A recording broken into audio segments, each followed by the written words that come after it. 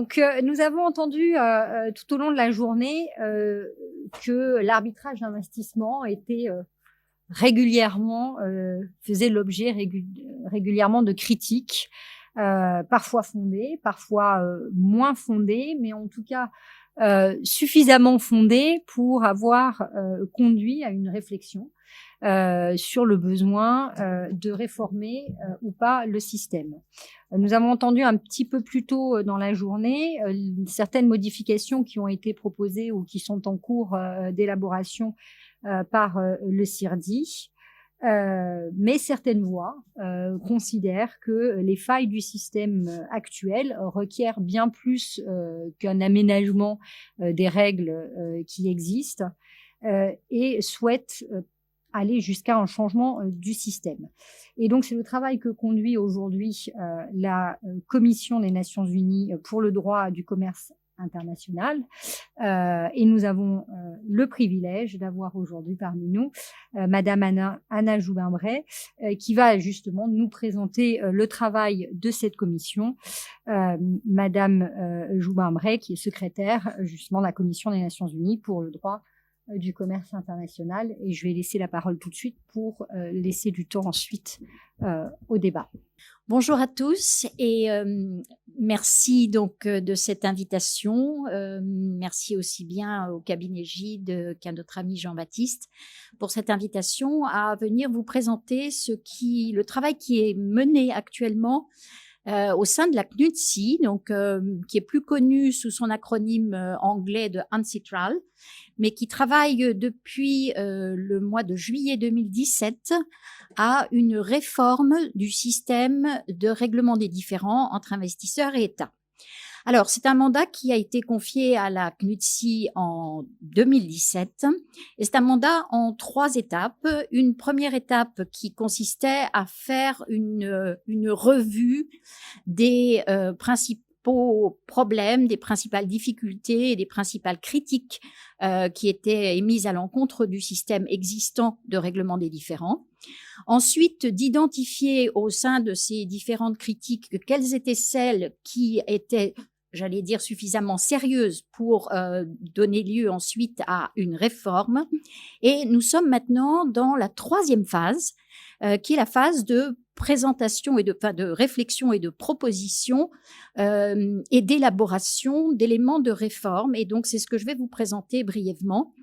La façon dont nous travaillons spécifiquement pour la réforme de l'arbitrage, du règlement des différends investisseurs et États est un petit peu différent de la façon dont nous travaillons à la CNUTSI habituellement, où nous avons une présence importante d'experts, de personnes qui connaissent les sujets et qui viennent donc représenter les États ou participer en tant qu'experts à nos travaux. Ici, ce que contient le mandat, c'est un appel à ce que ce soit les États qui mènent cette réflexion et cette élaboration de réforme, que ce soit une procédure et des discussions qui soient très ouvertes et complètement transparentes. Et donc, nous y sommes attachés depuis le début. Tout ce qui se dit, tout ce qui s'écrit, tout ce qui se contribue dans ce groupe de travail est absolument transparent et accessible à tous, non pas uniquement en anglais et en français, mais dans les 6 langues dans lesquelles nous travaillons, ce qui nous permet effectivement d'informer et d'alerter beaucoup plus largement que nos habituels participants. Nous avons bien sûr le travail qui se fait sur la base du consensus, c'est la façon dont on travaille aux Nations Unies, et donc ce travail se fait sur la base du consensus. Et nous avons également la participation de sachants, de personnes qui sont experts, qui peuvent participer, mais qui le font après les États. Et donc la discussion est vraiment menée par des équipes d'États. Alors, nous avons commencé à travailler, comme je vous le disais, sur les 2 premières étapes du mandat.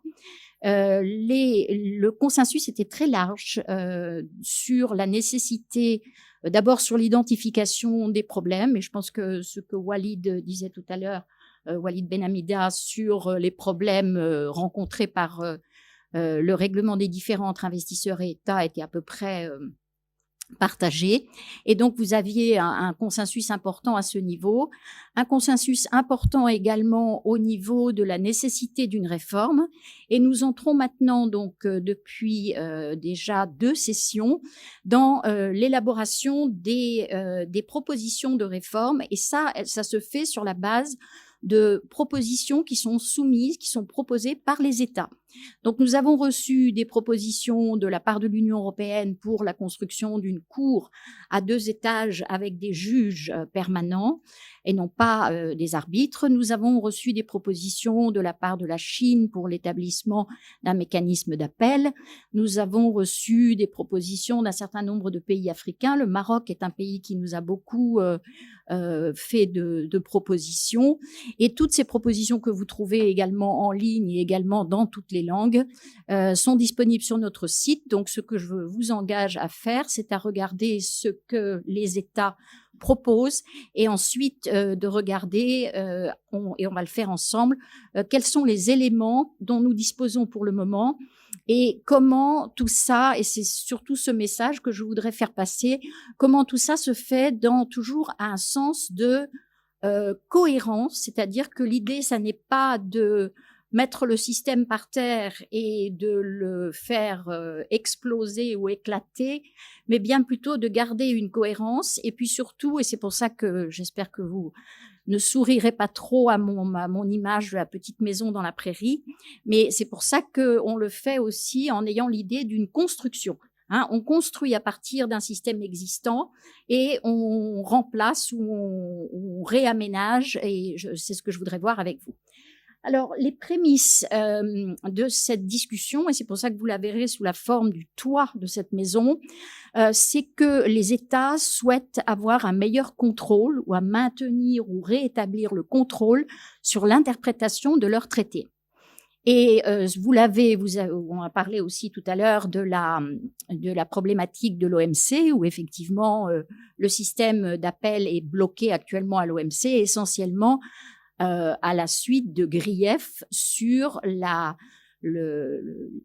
l'étendue des pouvoirs que s'était arrogé le système d'appel. Et donc, vous avez vraiment de façon centrale le fait que les États souhaitent garder le contrôle de leurs traités et que de ce fait, et là aussi je rebondis sur ce que disait Walid tout à l'heure, il va sans doute être nécessaire de renforcer les mécanismes d'interprétation, notamment peut-être aller au-delà de la Convention de Vienne pour l'interprétation des traités d'investissement. Et donc ce sujet, les outils permettant l'interprétation des traités, a été mis sur la table également comme un des sujets sur lesquels il va falloir que porte la réforme.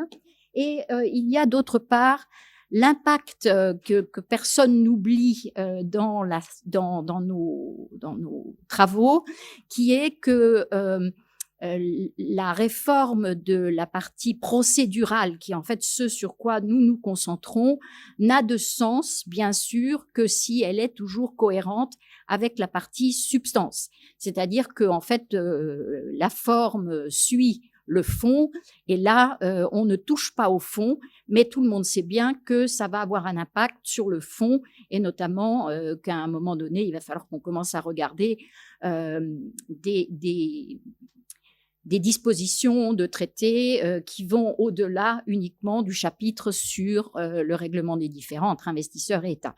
Et vous verrez quand on rentrera plus dans les détails des différentes propositions qui sont sur la table. Alors, qu'est-ce que l'on est en train de faire et qu'est-ce que l'on voit se dessiner? On voit se dessiner il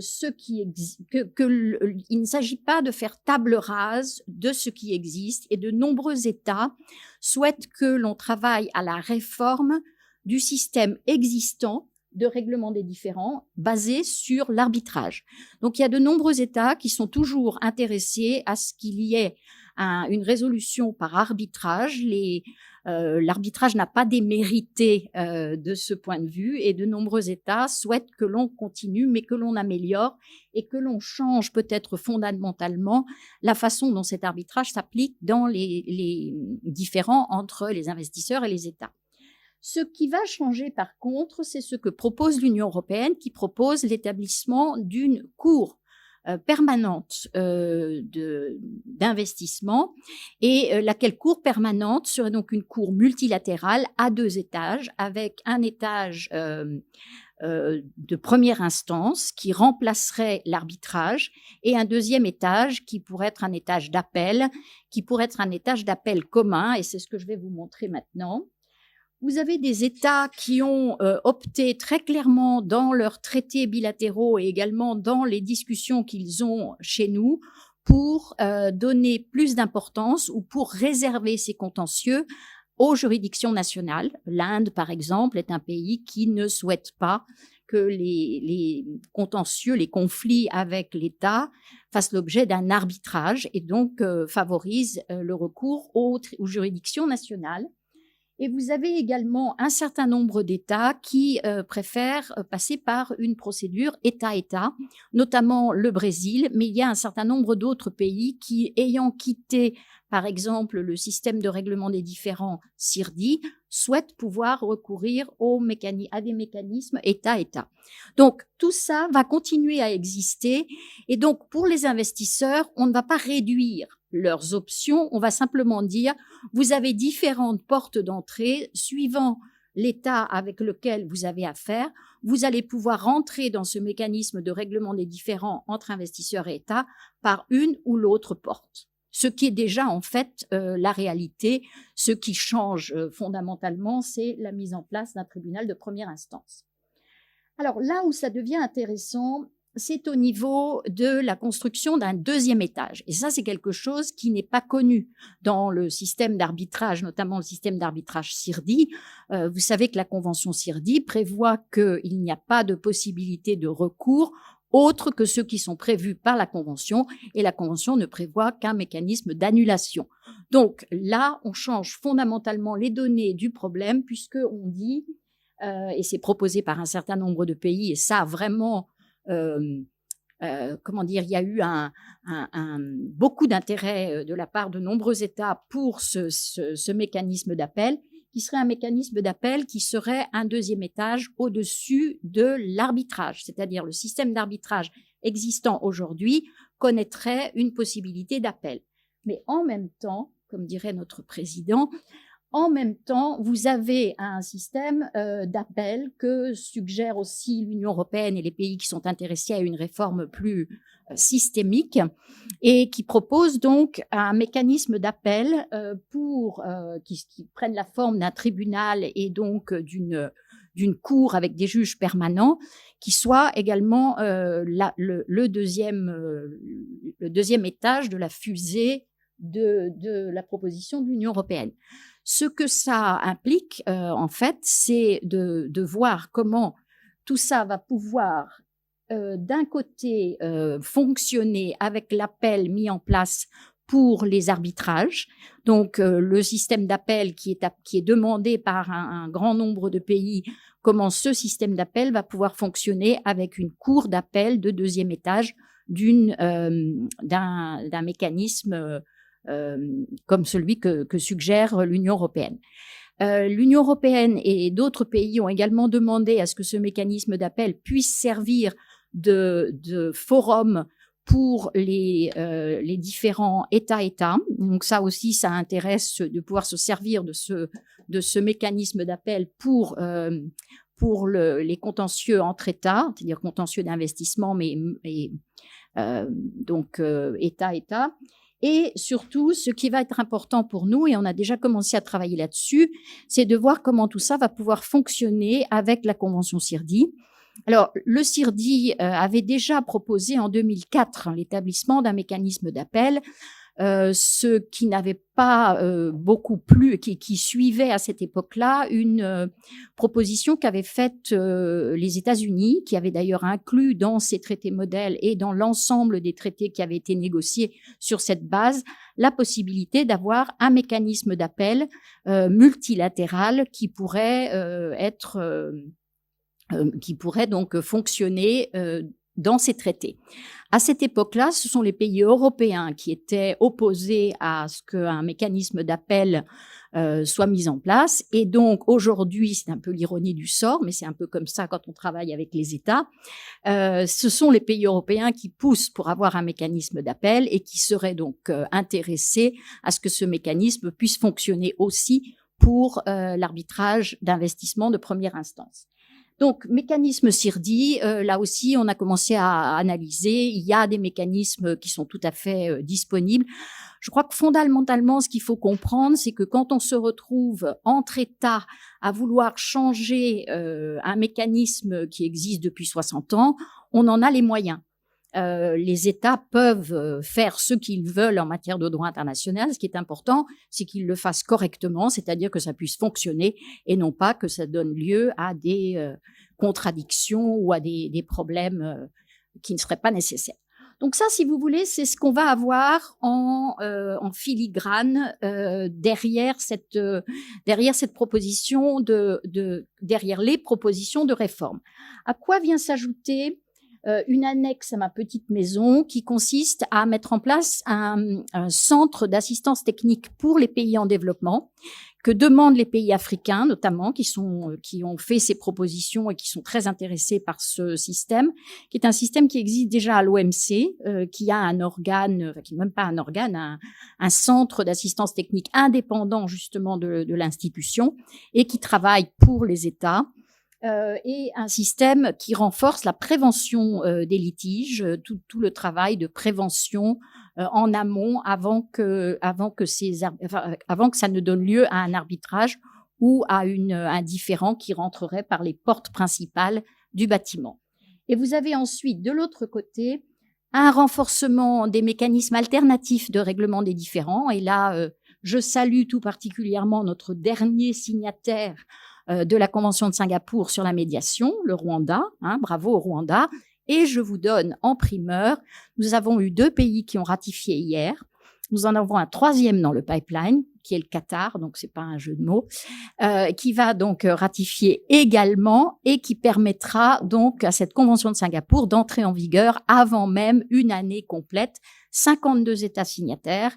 Ça veut dire que la médiation, là aussi, prend une importance et que cette importance, on va pouvoir aussi la traduire au niveau du règlement des différends entre investisseurs et États. Donc, vous le voyez, non pas une table rase du système existant, mais plutôt quelque chose de construit, de bien pensé. Et donc, c'est là-dessus qu'on travaille. Et comment va-t-on travailler là-dessus? Alors, je vous continue dans mon architecture. Oui, je finis donc avec mon architecture. Et l'architecture, c'est ça, c'est un peu plus un Cluedo qu'une petite maison. Mais ce que l'on voit ici, c'est que la réforme va se faire sur la base de nombreux éléments de réforme des différents points qui ont été soulevés par les États et qui feront l'objet d'une réforme. Alors, cette réforme, par exemple, elle portera sur le financement par les tiers. Le financement par les tiers a été identifié dès le départ par les États partis à nos travaux, disant c'est un problème dans l'arbitrage d'investissement, il faut faire quelque chose et donc on va s'occuper du financement par les tiers. Garantie pour les frais, les security for costs. On va s'inquiéter aussi des pertes par ricochet, ce qu'on appelle les reflective loss. On va s'occuper d'un mécanisme pour permettre le rejet de demandes infondées, les frivolous claims. Et là aussi, c'est pas des choses qui vont être ça ne va pas nécessiter des travaux intellectuels particulièrement poussés. Ça existe déjà dans un certain nombre de traités, donc il va falloir qu'on l'inclue dans la convention qui englobera donc toutes ces réformes. Vous avez ensuite tout ce qui concerne les demandes conventionnelles. Là aussi, on en parlait tout à l'heure.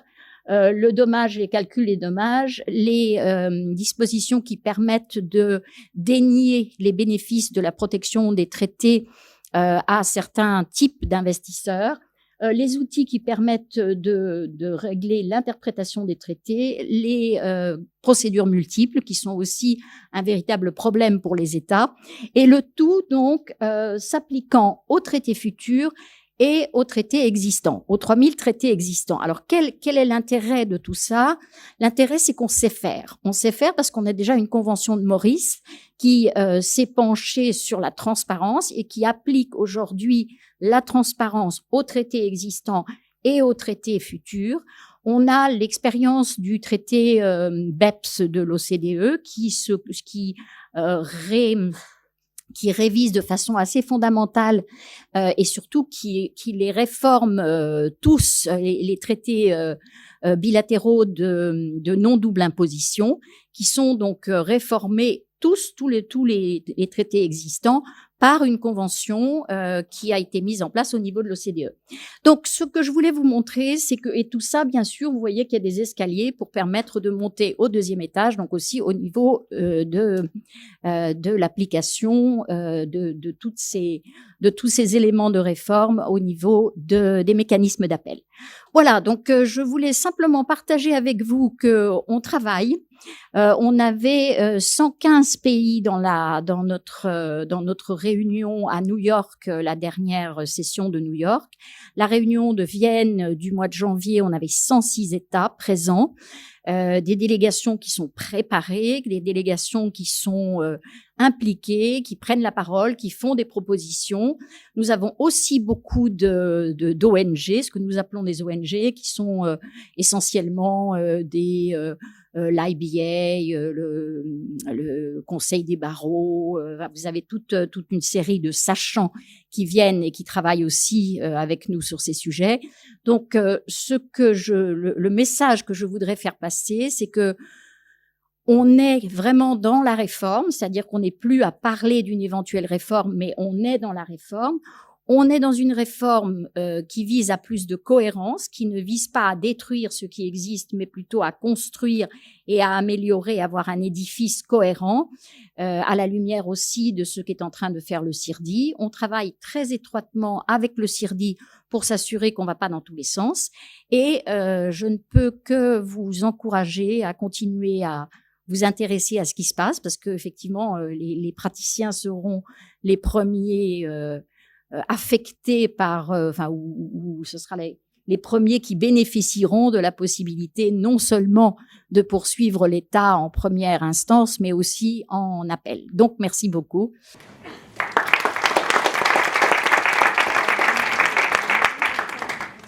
Merci beaucoup, Anna. Ça amène beaucoup de questions, mais je pense qu'on prendra le temps ensuite de les poser.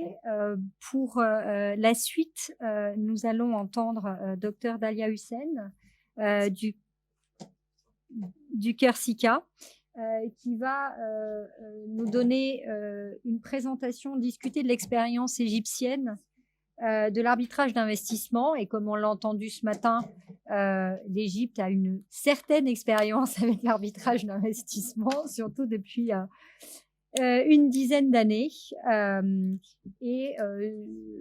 Est-ce que cette expérience montre que l'on a besoin ou pas d'une réforme? Et puis ensuite, elle dira un mot sur l'expérience du Cœur SICA sur ce sujet. Merci beaucoup. Je tiens premièrement à remercier l'Académie africaine de la pratique du droit international et le cabinet GIDE pour l'organisation parfaite en fait de ce colloque et pour avoir invité le Centre du Caire à participer. Je commence par un aveu que j'avais au début prévu de me concentrer vraiment sur l'expérience égyptienne. Et puis, Madame la Présidente m'a indiqué qu'il fallait quand même parler du centre. Donc, j'ai divisé mon intervention en deux parties. Une partie relative à l'expérience égyptienne et l'autre relative à l'expérience du centre du Caire. En fait, la question que je me suis posée, puisque le titre de la séance, c'est les nouveaux acteurs. Donc, la question que je me suis posée, est-ce que l'Égypte vraiment et est-ce que le centre du Caire sont de nouveaux acteurs en ce qui concerne l'arbitrage d'investissement? Bon, la réponse est certainement non pour l'Égypte et pas tout à fait pour le centre. Alors, pour l'Égypte, pour commencer, alors, l'Égypte a connu l'arbitrage d'investissement depuis très longtemps. En fait, selon le professeur Charles Ben, la première affaire d'investissement impliquait la Compagnie universelle du canal de Suez contre le vice-roi de l'Égypte, qui était en ce moment-là Ismail Pacha, et a donné lieu à une sentence le 6 juillet 1864. Ce cas est très intéressant parce qu'il ressemble vraiment à ce qu'on connaît aujourd'hui, au type d'arbitrage, d'investissement qu'on connaît aujourd'hui. Qu'est-ce qui s'est passé? Juste quelques photos pour nous amuser. Alors, l'Égypte fournissait 20 000 ouvriers pour creuser le canal depuis le début de la concession. Après la mort du vice-roi et l'accès d'Ismaïl Pacha, le premier, au pouvoir, il voulait abolir la corvée. Les ouvriers travaillaient selon un système de corvée. Ismaïl voulait abolir la corvée, ce qui a conduit à un différend avec la compagnie. Et donc, ils ont décidé de faire un compromis d'arbitrage qui a été signé en avril 1864. Et ils ont désigné Napoléon III comme arbitre. Bien sûr, il n'a pas agi comme arbitre, lui, mais il y avait un comité, il a formé un comité de 5 personnes, surtout des hommes politiques, pour décider l'affaire. Ce qui est intéressant, c'est qu'il y a eu un échange de mémoires, il y a eu presque une demande de production de documents, très similaire à ce qu'on connaît aujourd'hui, et beaucoup de rapports d'experts sur le sujet. Et bien sûr, la plainte principale de la société, c'était une mesure étatique. Donc, c'est très, très similaire à ce qu'on voit aujourd'hui.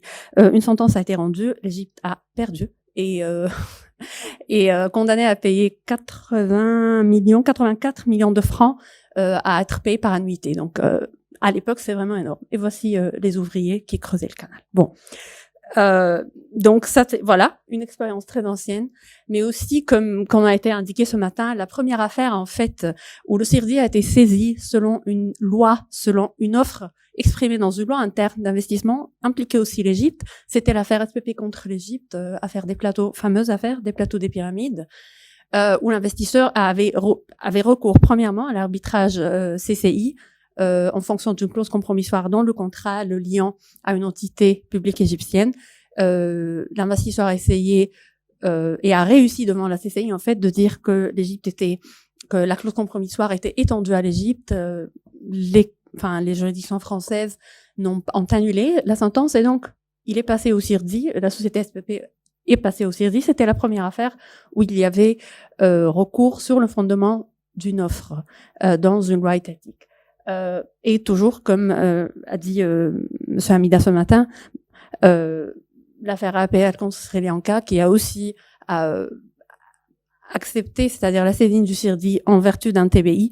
Le tribunal arbitral était présidé par un Égyptien, le professeur Ahmed Sadr El-Koucheli, qui nous a quittés d'ailleurs l'année dernière. Donc voilà, on est vraiment très impliqués. Et comme a été brillamment exposé ce matin, on a beaucoup de traités bilatéraux d'investissement, ce qui justifie pourquoi on a beaucoup d'affaires. Donc, selon le site de la CNUSED, on a 115 traités bilatéraux. Ils sont pas tous en vigueur, mais je viens de consulter le site hier et c'était 115 traités. Donc, c'est quand même un nombre assez important de traités. Donc, les affaires, intentées contre l'Égypte, j'ai compté 36 affaires. C'est un peu différent du chiffre qu'on a écouté ce matin parce que j'ai ajouté 2 affaires CNUTSI, qui sont, plus ou moins publiques, mais il s'agit de 36 affaires. Et donc, on voit qu'il y a 15 affaires 11 affaires en cours, 15 affaires, réglées par des sentences pardon pour ça, mais il y a eu 10 affaires réglées à l'amiable. Et donc, je vais revenir par la suite sur ces affaires amiables. Parmi les 15 affaires conclues, on voit 9 affaires conclues en faveur de l'État égyptien et 6 affaires conclues en faveur de l'investisseur. Ceci n'est pas, c'est-à-dire les affaires surtout conclues en faveur de l'État, j'ai pu voir 3 directions. Soit l'affaire est rejetée au niveau de la compétence. Je cite l'exemple, par exemple, de l'affaire National Gas contre Égypte, qui a donné lieu à une sentence en avril 2014. Et c'est une affaire où le tribunal avait décliné sa compétence parce que l'investisseur, the ultimate shareholder, l'actionnaire principal de la société était égyptien. Il s'agissait en fait du TBI entre l'Égypte et les Émirats, et ce TBI avait opté pour l'application de l'article 25.2b de la Convention CIRDI. Donc on pouvait considérer une société locale comme investisseur étranger si elle était contrôlée par une société étrangère. Et donc, National Gas était une société égyptienne contrôlée à 90% par une société incorporée en Émirats. Cependant, cette société elle-même était contrôlée par une deuxième société, toujours incorporée, établie en Émirats, mais l'actionnaire principal de cette société était une personne physique égyptienne. Et donc, le tribunal a estimé que l'investisseur réel était égyptien et donc a décliné sa compétence. Donc, voilà un cas où l'État a gagné sur la compétence. Un autre cas sur le fond, l'affaire aussi très connue de Malicorp, donc qui a donné lieu en fait à une sentence en 2011 et une demande d'annulation qui a été aussi rejetée. Et cette affaire est très intéressante et je vais y revenir.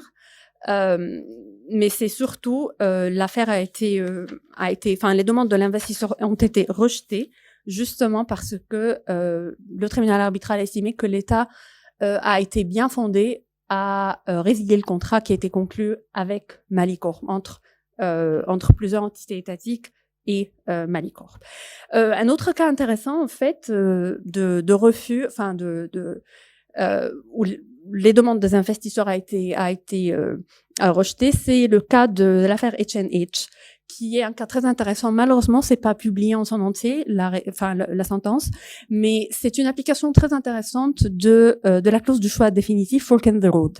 Donc, c'est un cas où il y avait des demandes devant le CIRDI par la société H&H contre ses co-contractants entités publiques égyptiennes, et le tribunal arbitral a refusé c'est-à-dire à rejeter pour manque de compétences des demandes relatives à l'expropriation, à la violation du traitement juste et équitable et à la prise de mesures arbitraires. Et le tribunal en fait a appliqué le test, le fundamental basis of the claims. Donc le fond en fait des demandes, c'est le même si il s'agit d'une demande ici fondée sur le traité et d'une demande fondée sur le contrat dans l'arbitrage qui a eu lieu devant le centre du Caire, mais les fondements mêmes des deux demandes sont les mêmes, sont identiques, et donc c'est pour cela que le tribunal a rejeté pour manque de compétences les demandes de l'investisseur. Pour les cas de règlement amiable, alors je crois que c'est la façon par laquelle l'Égypte a un peu réagi au grand nombre d'affaires. Et il y a, depuis 2012, en fait, on assiste à plusieurs comités ministériels ont été formés, présidés par le Premier ministre et comprenant des membres de divers ministères et des magistrats du Conseil d'État et des tribunaux judiciaires, qui négocient en fait des accords amiables avec les investisseurs. Parfois avant même d'arriver au CIRDI et beaucoup de fois après que l'investisseur ait réellement intenté une action devant le CIRDI. Et si vous allez consulter le CIRDI, vous allez trouver beaucoup d'affaires qui ont été terminées pour discontinuance of proceedings.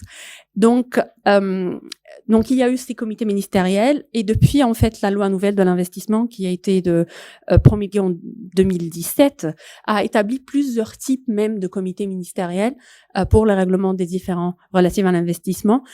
Et ces comités sont dotés d'un grand pouvoir, y compris en fait que les accords négociés avec les investisseurs en force exécutoire. Et donc une fois un règlement amiable est conclu, ce règlement a force exécutoire. Donc c'est vraiment, je crois que c'est une façon d'être conforme avec les recommandations surtout de la CNUT7 qui dans un rapport de 2010 a encouragé les États à utiliser les dispute prevention policies. Donc je crois que ça fait partie un peu de ces dispute prevention policies. Et apparemment, les gens de la comité nous disent que ça marche très bien. On peut pas savoir, c'est pas vraiment public, mais voilà. Donc c'est un aperçu très rapide de l'expérience égyptienne en matière d'arbitrage d'investissement et de sa réaction à ce type. Maintenant, je passe au centre du Caire et qui n'est pas aussi un acteur tout à fait nouveau en ce qui concerne l'arbitrage d'investissement. On a écouté ce matin que le centre du Caire, c'est le centre de l'Égypte. Ben non, c'est pas le centre de l'Égypte. C'est une idée très répandue. En fait, non. Le centre du Caire n'est pas le centre de l'Égypte. C'est une organisation internationale qui a été établie par plusieurs traités avec l'ALCO. L'ALCO a établi plusieurs centres, 4 au moment, en 1979. L'ALCO a établi 4 centres en Asie et en Afrique, le Caire, Kuala Lumpur, Téhéran, et ensuite Lagos. Et maintenant, on a aussi un centre à Nairobi. Et donc, il y a eu plusieurs centres. Le centre est établi en Égypte en vertu d'un accord de siège, et tous les employés ont des immunités d'emplois internationaux. Donc, voilà le centre du Caire. Et donc, c'est un tout petit peu normal que le centre soit prévu comme option d'arbitrage dans plusieurs TBI, dans une trentaine au moins, dans une trentaine de traités bilatéraux d'investissement égyptiens. Beaucoup de ces traités sont conclus avec des États arabes, mais n'empêche que aussi dans le centre figure parmi d'autres options avec le CIRDI, la CCI. Dans certains traités, dans d'autres traités, on trouve la Zambie, il est toujours là, avec toujours un arbitrage ad hoc selon le règlement de la CNUSI et le CIRDI. On a le traité le plus récent avec les îles Maurice, on a toujours ça.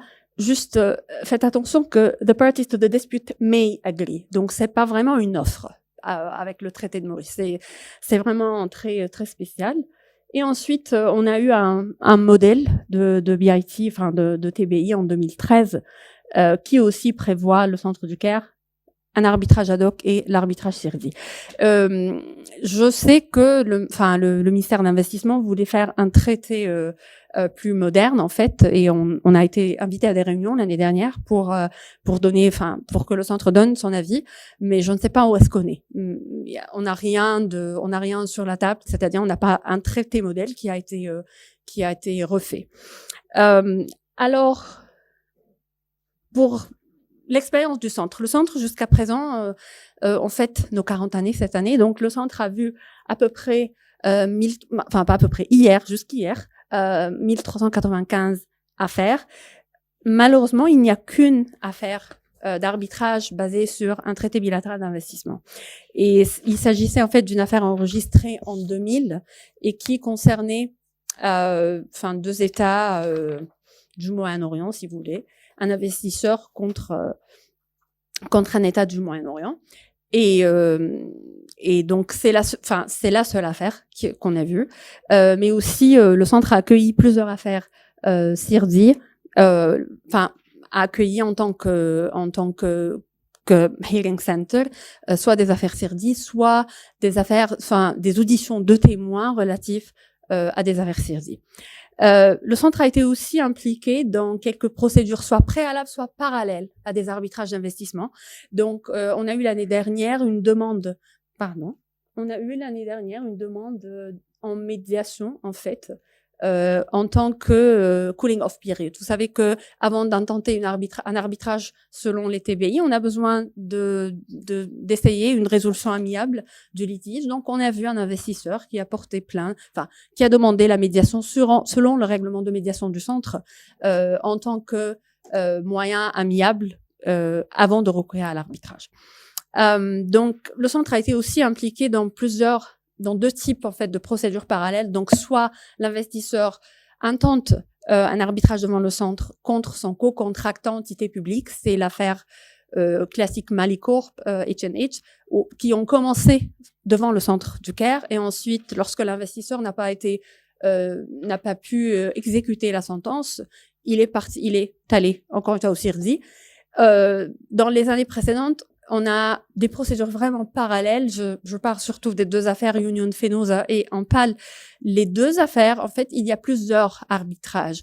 Donc, pour l'affaire Ampal, il y a un arbitrage Corsica, un arbitrage CIRDI, un arbitrage CNUTSI. Et pour l'affaire Union Fenosa, il y a un arbitrage CCI, deux affaires Corsica, une affaire CIRDI. Et le tribunal CIRDI a refusé de suspendre la procédure dans l'attente de la décision du tribunal Corsica. Donc vraiment, il y a beaucoup de développement dans ce domaine. Et ce qui nous mène à poser ma dernière question pour conclure. Qu'est-ce qu'on peut faire, en tant que centre d'arbitrage régional, si vous voulez, qu'est-ce qu'on peut faire en ce qui concerne l'arbitrage d'investissement. Donc, peut-être que les centres régionaux constitue un choix plus accessible, plus familier pour les usagers, mais aussi on peut aussi servir de je crois qu'on peut aider le processus d'arbitrage d'investissement par le recours à la médiation, à la conciliation, en vertu des règlements de ces centres régionaux. Et je crois qu'une fois, si le projet de la Cour multilatérale d'investissement aboutit, peut-être que ces centres auront un rôle à jouer, soit pour accueillir des audiences, soit pour le choix des arbitres, ou pour les listes des arbitres. Donc, c'est une question ouverte, mais on a vraiment à penser qu'est-ce qu'on peut faire pour contribuer, pour aider les justiciables, en fait, pour faciliter, disons, les cas d'arbitrage d'investissement. Je termine, merci beaucoup. C'est notre conférence cette année pour célébrer notre 40e anniversaire. J'espère vous voir tous au Caire le 21 et 22 juin. Merci beaucoup.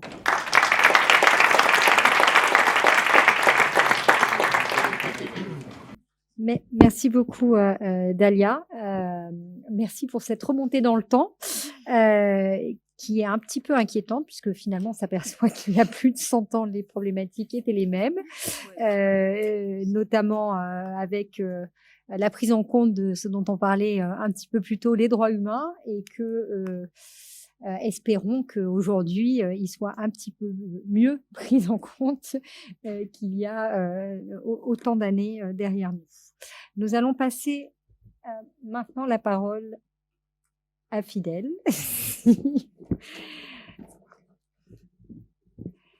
qui va intervenir. Alors là, je pense qu'on ne va pas se tromper sur le titre, avec les nouveaux intervenants en matière d'arbitrage et le Centre international d'arbitrage de Kigali. Fidèle Massingo est le secrétaire général du Centre international d'arbitrage de Kigali. Et je te laisse la parole en essayant de tenir les 15 minutes max, s'il te plaît. Merci pour la parole. Je tiens d'abord à remercier l'Académie africaine de la pratique du droit international et le cabinet GID pour l'organisation de cette conférence. Je vais parler de l'expérience du Centre international d'arbitrage de Kigali en matière d'arbitrage d'investissement. Je rappelle que c'est un nouveau centre, un centre qui a été créé par une loi en 2010, mais qui est opérationnel depuis juin 2012. Avant que je ne me focalise sur l'arbitrage d'investissement, qui n'est pas très développé du reste, je vais un peu vous parler du centre d'arbitrage de Kigali lui-même. Le centre, comme je le disais tantôt, il a été créé en 2010 par un acte réglementaire, ça veut dire une loi.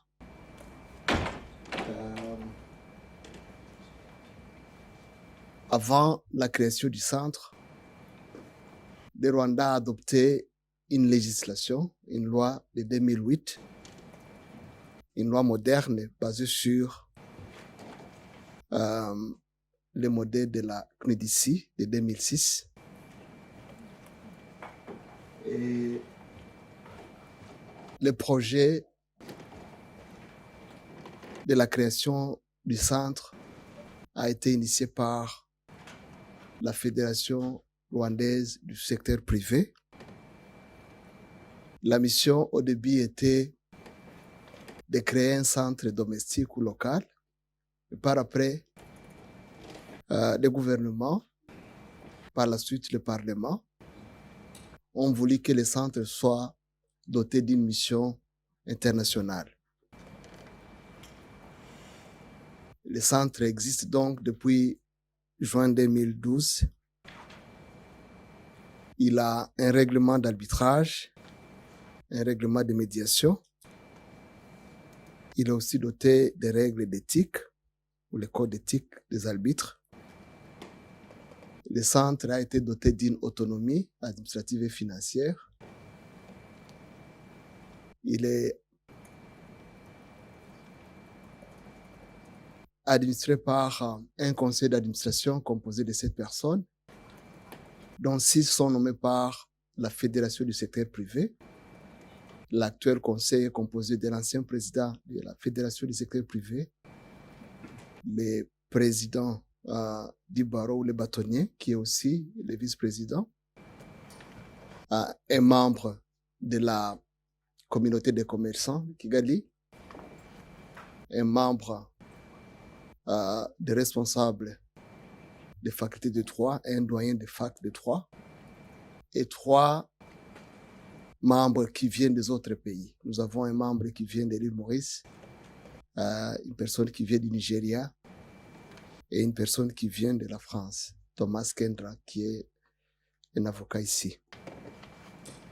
Le centre a été doté des infrastructures modernes, salles d'audience modernes, équipées avec technologie Internet haut débit et d'un staff qui est formé. Et la procédure est rapide. Narcisse, tantôt, nous disait que c'est rapide chez eux aussi, c'est rapide chez nous aussi. La procédure prend entre 3 et 6 mois. Et on sait aussi dire avec exactitude le temps normal de la procédure. Je dis normal parce que des fois, il y a des avocats aussi qui sont procéduriers, qui causent aussi la procédure à prendre beaucoup de temps que prévu.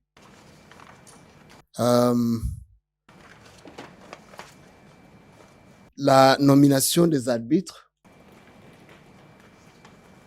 La nomination des arbitres est faite par un comité qu'on appelle Arbitration Committee ou le comité d'arbitrage. C'est pas le secrétaire général du centre qui nomme. Et généralement, comme vous le savez, c'est les partis qui proposent. Mais lorsque les partis ne peuvent pas elles-mêmes nommer leurs propres arbitres, l'arbitre est nommé par le centre sur base d'une liste procedure. Ça veut dire on propose les noms, généralement 4 noms, et on essaie de voir la personne qui est dénominateur commun des partis. Nous avons un panel composé de plus de 200 arbitres, dont 60% sont des arbitres internationaux, mais il y a aussi des arbitres rwandais qui sont sur ce panel. Et nous avons des conditions un peu rigoureuses pour être membres de notre panel. Généralement, c'est des gens qui sont formés en arbitrage, qui disposent d'un niveau de fellow de la Chartered Institute of Arbitrators ou qui ont une formation équivalente. Nous avons un accroissement des cas important depuis le début du centre jusqu'à maintenant. Nous avons enregistré plus de 140 cas maintenant. Nous en sommes à 143 cas. Et ce sont des cas qui sont des domaines variés. Quand vous voyez là-bas, vous verrez que la première année, ça veut dire en 2013, on avait 5 cas. La deuxième année, nous avions 12 cas. La troisième année, nous avions 11 cas. La troisième année, nous avons 12 affaires. 26 affaires en 2017. 23 affaires en 2018. 27 affaires en 2019. Et maintenant, depuis juillet jusqu'en février, nous en sommes à 25 cas. Donc, il est possible que nous atteignions plus de 35 cas pour cette année.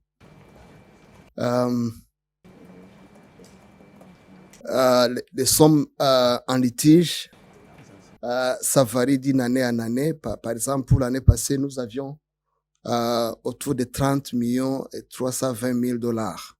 Mais il y a des années où nous n'avions pas un montant important. Par secteur, les secteurs des services priment sur les autres services, mais sur les autres secteurs, et les secteurs de construction aussi, et secteur de fourniture de biens, services, de fourniture de biens, et les shareholding, je sais pas comment les appeler, peut-être les actions des sociétés, généralement. Quant à l'origine géographique, nous avons plus de 70% 70% d'affaires sont domestiques, alors que 38% c'est des affaires internationales. Je ne vais pas donner les noms de la plupart des pays, mais nous avons un record d'au moins 27 pays qui sont déjà été chez nous en arbitrage. Pourquoi le centre d'arbitrage de Kigali? D'abord parce qu'il y a ouverture économique, garantie de gouvernance, risque mineur de corruption, accessibilité, on y accède facilement. S'il faut par exemple comparer Kigali et Maurice, il est facile d'aller à Kigali que d'aller en île Maurice parce que c'est accessible pour toutes les parties qui viennent de l'Afrique. Le lieu est neutre. Nous avons un support du pouvoir judiciaire. On a formé nos juges. Au début, nos juges ont été formés en arbitrage lorsqu'on commençait le centre. Et nous avons rendu 127 sentences et aucune des sentences n'a été annulée jusqu'à ce jour. Nous avons aussi tous les soutiens nécessaires en provenance du système judiciaire lorsqu'il est nécessité. L'exécution de la sentence par simple formule exécutoire au lieu d'un jugement, c'est une bonne chose aussi. Et nous avons aussi des juristes qui sont formés des systèmes juridiques, du droit civil et des common law, c'est une bonne chose aussi, et qui peuvent aussi servir généralement dans les deux langues, généralement. Il y a aussi des règles d'éthique qui sont importantes, surtout dans la nomination des arbitres. Il y a des suivis des critères objectifs, les langues, l'expertise qui a un rapport avec le domaine, et surtout les genres aussi. Mais c'est pas du tout facile de trouver des arbitres femmes parce que les partis ne les nomment pas. Je ne vais pas beaucoup m'attarder sur les aspects qui concernent les statistiques. Je vais juste droit aller au but pour les ministres qui restent, qui a arbitrage d'investissement dans ce cadre-là. Je ne dirais pas que nous avons eu un arbitrage d'investissement stricto sensu pour des raisons. La première raison, c'est que la plupart de nos cas sont basés sur un contrat, au lieu qu'il soit basé sur un traité bilatéral. C'est soit une clause compromissoire, c'est soit un compromis. Et la plupart des affaires que nous avons enregistrées ne se retrouvent pas strictement dans le domaine du droit public. Mais cela ne veut pas dire qu'il n'y a pas de rapport direct avec le droit d'investissement. Je vous cite 3 cas. D'abord, il y a des hypothèses où nous avons trouvé, par exemple, une affaire qui porte sur les mesures prises par l'État rwandais qui créent des perturbations substantielles ou qui mettent fin aux opérations des investisseurs. Dans ce cas-là, il n'y a pas un traité, mais la substance fait penser à un droit d'arbitrage d'investissement. Nous avons aussi connu 3 affaires, c'est en cours, qui portent sur la plainte pour taxation injuste. Ça veut dire que la taxation aussi fondée sur les traités, mais ils invoquent ces aspects en se basant sur le droit du contrat aussi, parce qu'ils avaient aussi des contrats. En troisième lieu aussi, il y a des investisseurs étrangers qui se retrouvent au Rwanda ou dans la région, qui ont souvent recours à l'arbitrage de KIAC pour régler leurs litiges avec leurs sous-contractants. C'est des contrats satellites en matière, par exemple, de location d'immeubles, des services comme les assurances, les droits de propriété intellectuelle. Quand vous trouvez c'est des sous-contrats, mais qui sont liés d'une manière ou d'une autre à un contrat d'investissement ou à un traité d'investissement, surtout pour les sous-traitants. Et nous sommes en train de revoir notre législation pour essayer aussi d'englober l'aspect d'arbitrage en matière d'investissement et aussi en matière de sport. Voilà ce que je dirais, mais le centre est nouveau parce qu'il vient de faire 7 ans, mais les progrès sont notoires, considérables. Je vous remercie.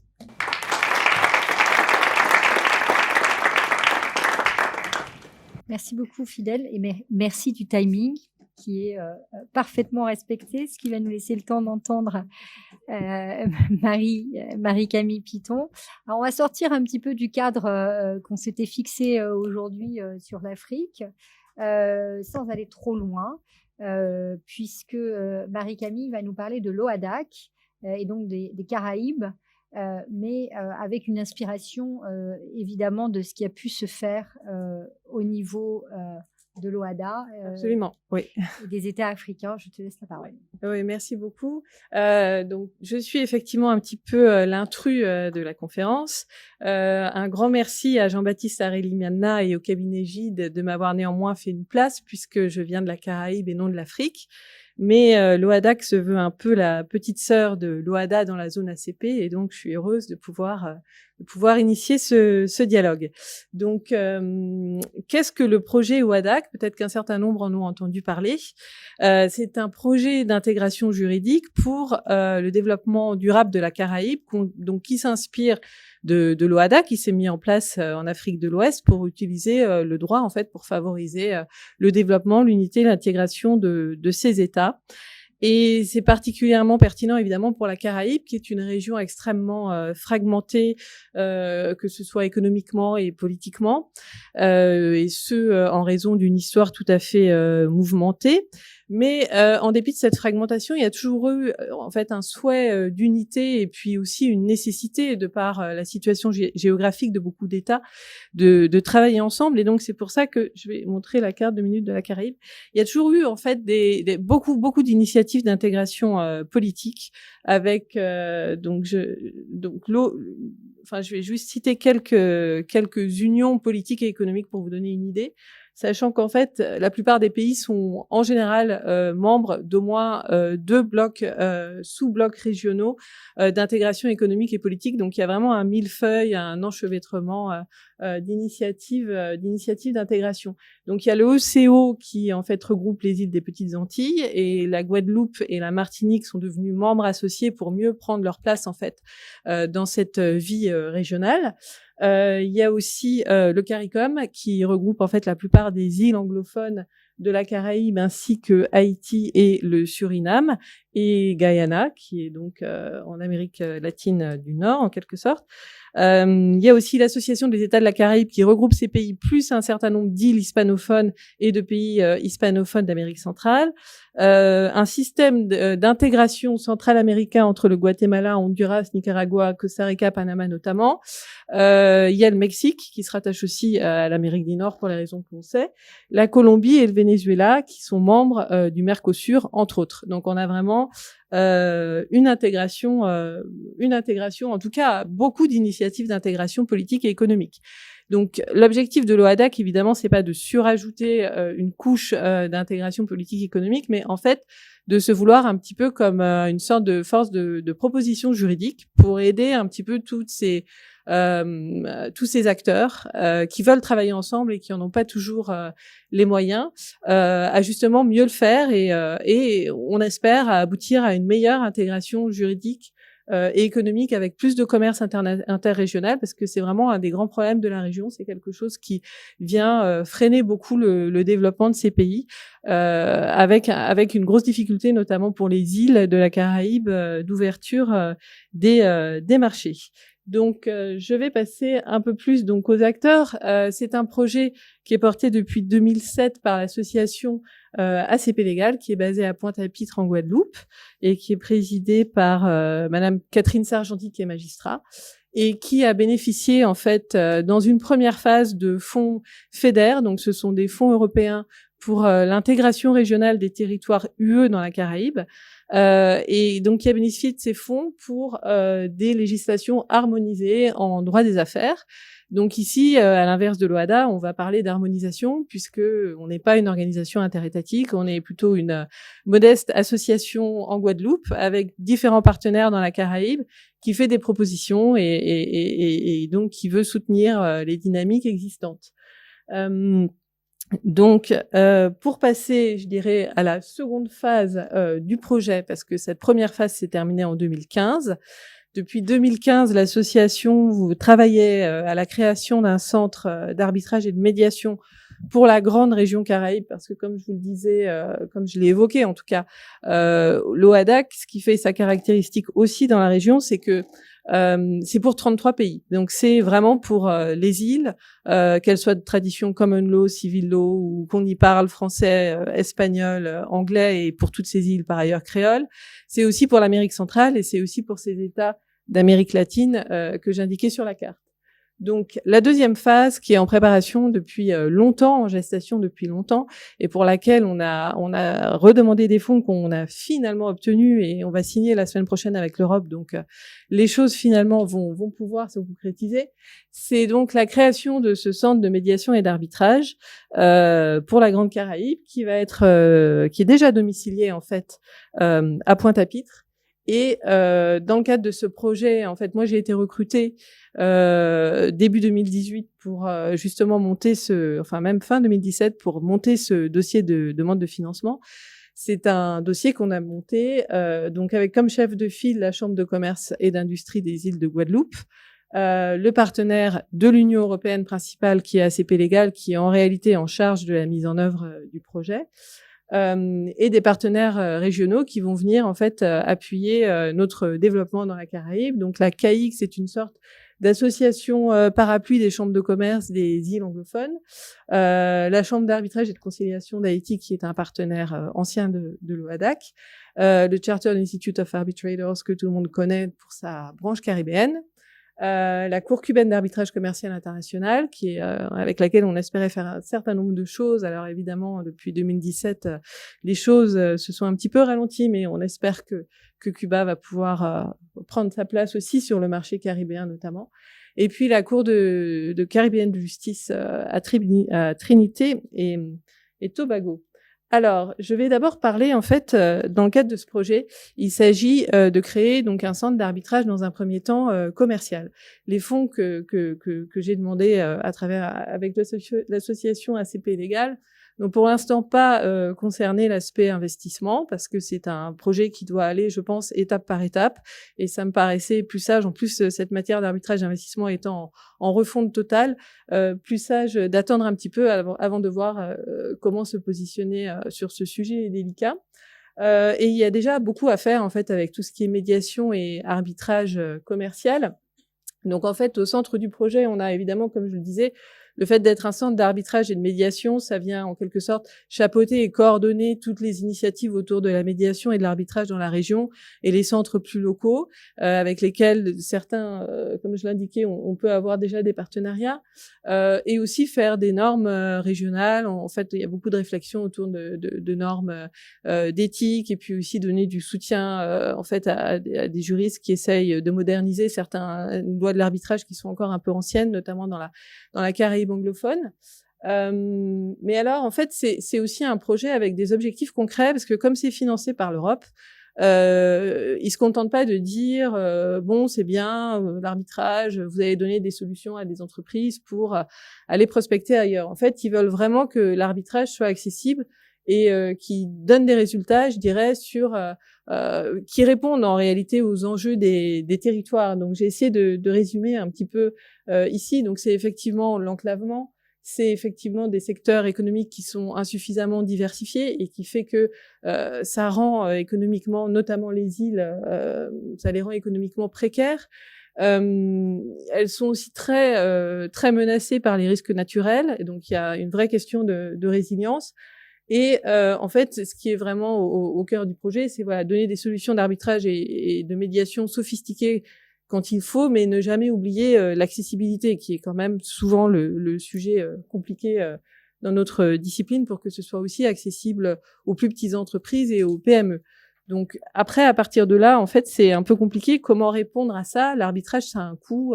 Les conseils, ça a un coût. Donc quelques propositions qu'on fait et qu'on va continuer à faire dans les années qui viennent. Donc c'est vraiment proposer des panels larges de services avec de la médiation le plus en amont possible pour les entrepreneurs qui souhaitent contracter entre eux. Mais il y a aussi un vrai problème d'accès au droit en fait dans la Caraïbe et qui aurait des difficultés. Donc là, on fait des sortes de petits séminaires auprès de chambres de commerce locales et on comprend que beaucoup voudraient se lancer, notamment dans les secteurs des nouvelles technologies, du développement durable, mais il y a une méconnaissance des des droits de douane, de la fiscalité dans les autres îles. Il y a vraiment en fait des gaps en termes de réglementation énormes aussi entre les territoires UE et les territoires non UE. Donc pourquoi pas avoir des équipes de médiation, un peu d'accompagnement, qui pour donner cet accès au droit avant d'aller encourager les gens à faire de l'arbitrage ou des choses qui sont beaucoup moins dans leurs moyens et qui en fait vont pas forcément créer de la valeur pour elles immédiatement. Donc un panel large avec des panels aussi diversifiés de médiateurs et d'arbitres qui couvrent un peu ces sujets-là. On a un règlement d'arbitrage plus soft, il n'est pas encore publié, mais bientôt. On essaye aussi de donner une place à la médiation et aussi de transformer l'audience de procédure en vraie mise en état avec une vraie transparence. Enfin, on l'a entendu d'ailleurs de la part des nouveaux acteurs. Hein, c'est un enjeu important pour développer un marché. Autant que possible, une transparence financière et une prévisibilité. On va aussi rédiger pas mal de guidelines et faire de la formation et de la pédagogie, puisqu'en fait, c'est une question de lien de confiance qu'il faut créer, et c'est long, mais d'un autre côté, ce qui est assez rafraîchissant, c'est qu'il y a vraiment un intérêt fort et un enthousiasme, je dirais, à tous les niveaux, donc c'est prometteur, et on espère que ça va continuer. Alors, je voulais aussi quand même parler de l'investissement, pour plusieurs raisons, parce que on souhaite jouer malgré tout, même si c'est un sujet complexe et qu'on est un nouvel acteur, un rôle dans la région.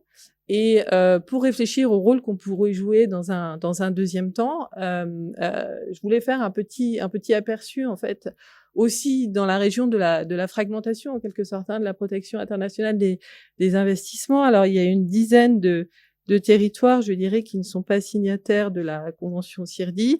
Le Mexique, qui est un grand acteur de la région, qui l'a d'ailleurs rejoint qui a adhéré très récemment. Le Venezuela qui s'en est retiré, la Colombie qui a adopté une position très très très hostile. Au niveau des TBI, c'est pareil, je dirais, il y a beaucoup de contrastes entre les grandes puissances de la région qui ont signé pas mal de TBI et les pays d'Amérique centrale moins. Et dans les îles, on a la République dominicaine ou Cuba qui ont signé beaucoup de TBI et d'autres qui n'ont signé très peu, voire pas du tout.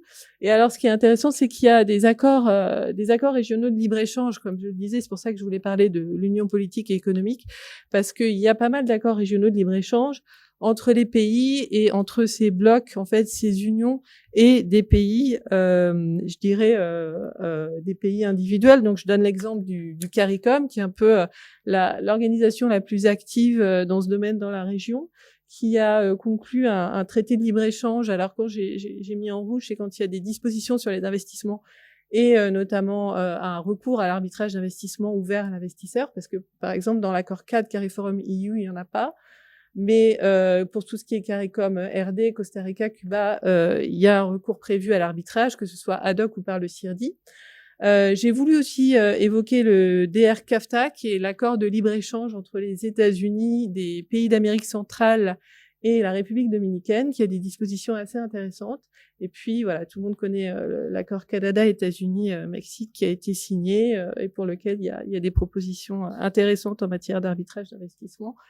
Donc, un bilan rapide. Donc, là aussi, en quelque sorte, on a des expériences inégales avec le Mexique qui continue quand même dans la protection de l'investissement, le recours à l'arbitrage, d'autres pays qui s'en sont retirés.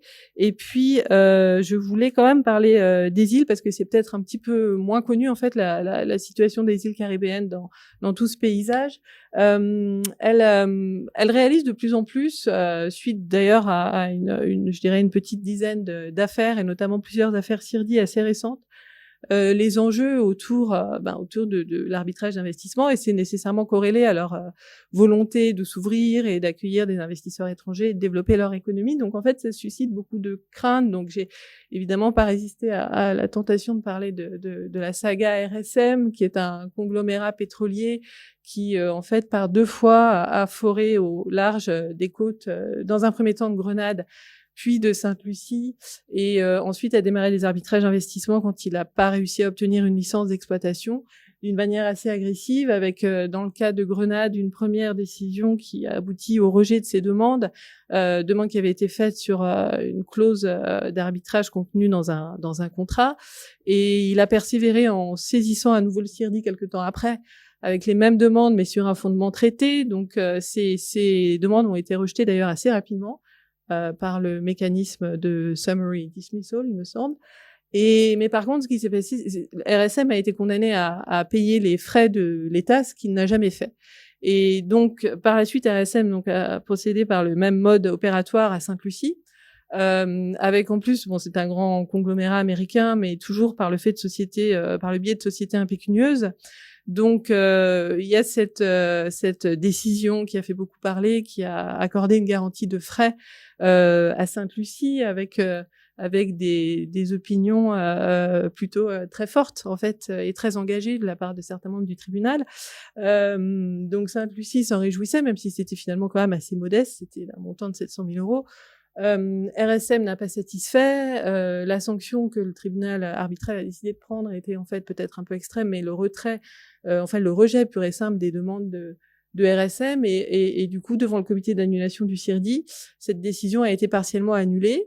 Donc en fait, là on voit que c'est toujours un peu le paradoxe de l'arbitrage d'investissement. On a des décisions qui tiennent la route, mais on a en même temps des États qui se sentent très malmenés parce qu'ils se disent finalement on est un peu otage de ces procédures, ça nous coûte cher même quand c'est pas vraiment fondé ou voire carrément abusif.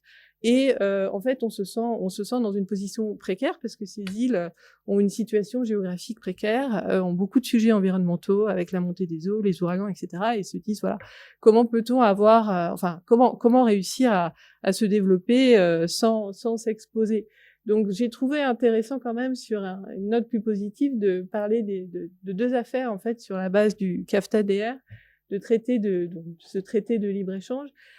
Qui implique la République dominicaine où, en fait, là, on voit que le traité de libre-échange, qui est souvent des textes plus longs, avec plus de dispositions peut-être plus équilibrées en faveur État-investisseur, a joué un rôle plus protecteur puisque dans Corona Materials, l'arbitre a appliqué assez strictement des dispositions sur la prescription des demandes de l'investisseur au bout de 3 ans, ce qui a permis un rejet, en fait, sur la compétence de la demande.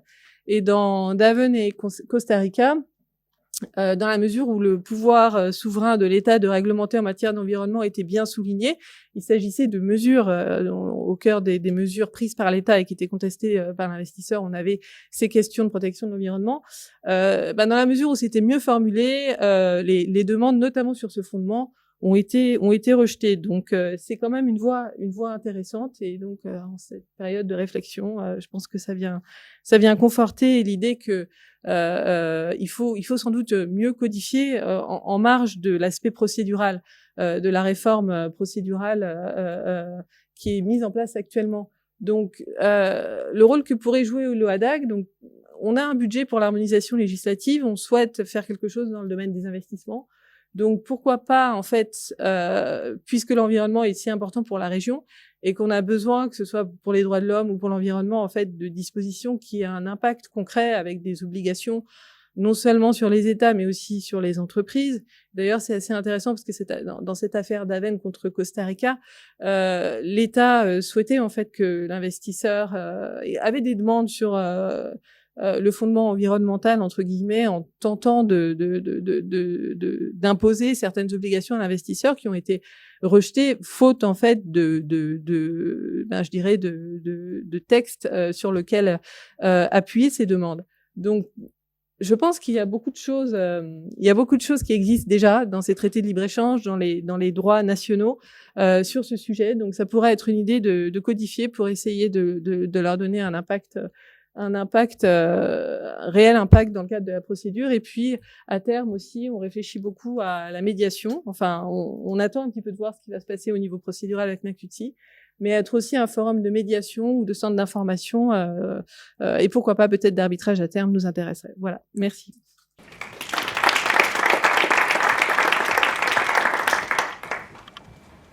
Merci beaucoup Marie-Camille. On va du coup arriver aux quelques minutes pour pouvoir poser des questions à nos intervenants. Et si vous me le permettez, moi j'ai déjà une question qui me vient à l'esprit par rapport à tout ce qui s'est dit finalement aujourd'hui sur l'arbitrage d'investissement, le besoin de réforme ou en tout cas ce sentiment justifié ou pas de certains États ou de certains investisseurs d'existence d'un déséquilibre. Et finalement, de ce que j'entends, l'objectif, c'est de rééquilibrer.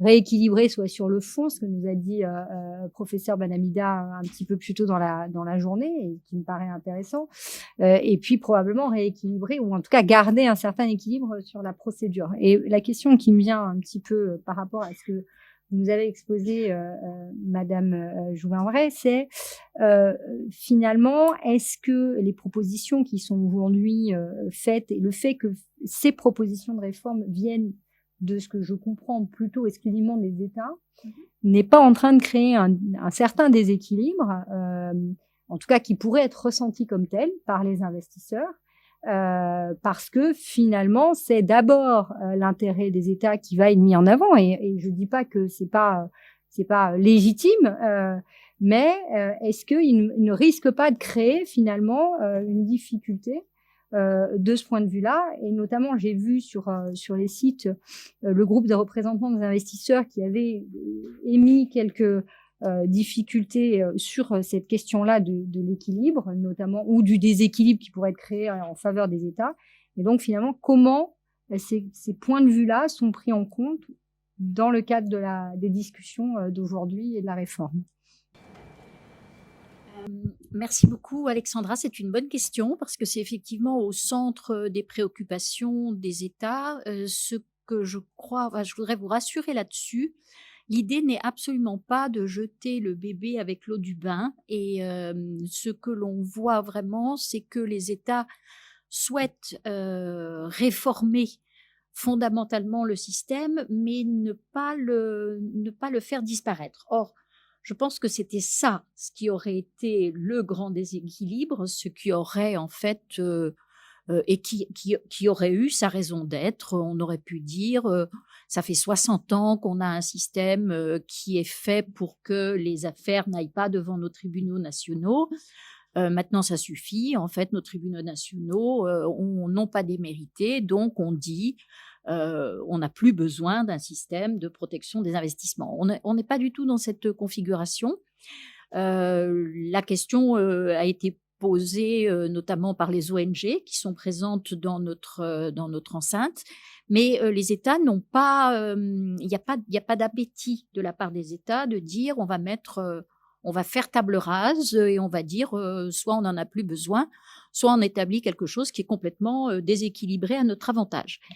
Ce que l'on a entendu de la part de tous ceux qui sont très opposés à l'établissement d'une cour, c'est de dire oui, mais on n'aura plus le choix des arbitres et du coup, on aura affaire à des juges qui seront forcément nommés par les États et de ce fait seront forcément partiaux pour les États. Alors, je crois il faut peut-être, alors c'est un argument qu'on entend beaucoup, c'est un argument qui est ressorti dans un certain nombre de contributions qui nous sont faites, que ce soit par les conseillers juridiques internes des grandes entreprises, que ce soit par l'association EFILA. Enfin, il y a pas mal d'acteurs qui contribuent effectivement ces préoccupations.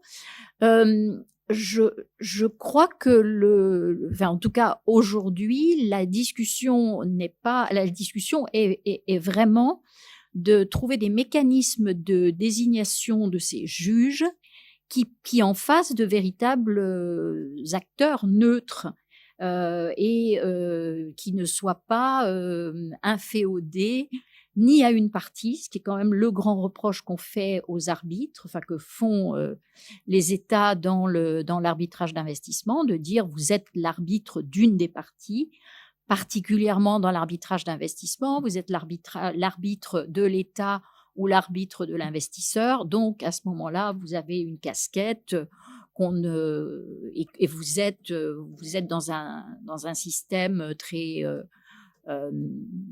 vous êtes dans des tranchées en fait. Le mécanisme qui est en train de se discuter et celui sur lequel on va travailler là actuellement, c'est justement de trouver des façons de nommer ces juges qui ne soient pas des nominations politiques. Or, aujourd'hui, on reproche aussi au système existant le fait que, notamment, beaucoup de listes d'arbitres et de médiateurs de conciliateurs pour le CIRDI soient des anciens fonctionnaires, parfois même des fonctionnaires toujours en activité, ce qui rend impossible pour le CIRDI de pouvoir les nommer dans des affaires d'arbitrage d'investissement parce que justement, ils sont considérés trop proches de l'État.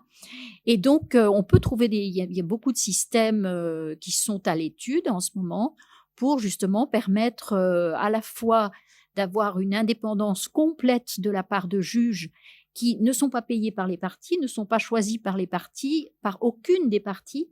Par aucune des parties. À partir du moment où vous dites les États vont nommer, il ne va pas y avoir 180 juges à cette cour internationale et les États savent bien qu'un jour ils sont dans la position d'avoir à protéger l'intérêt de leurs investisseurs et le lendemain d'avoir à protéger leurs propres intérêts. Donc, si vous voulez, la réflexion qui aujourd'hui contribue à cette polarisation des arbitres, justement, ça nous permet de réfléchir à comment éviter cette polarisation. Le fait que ce soit des juges qui soient payés et nommés sur la base de leurs compétences est quelque chose qui, à mon avis, ne va pas dans le sens d'un déséquilibre. Ça devrait au contraire plutôt contribuer à rééquilibrer le système en faisant en sorte qu'on n'ait plus cette polarisation qui en fait contribue à cette mauvaise image qu'a l'arbitrage d'investissement aujourd'hui. Et Dieu sait si j'en ai suffisamment fait partie pour ne pas avoir envie de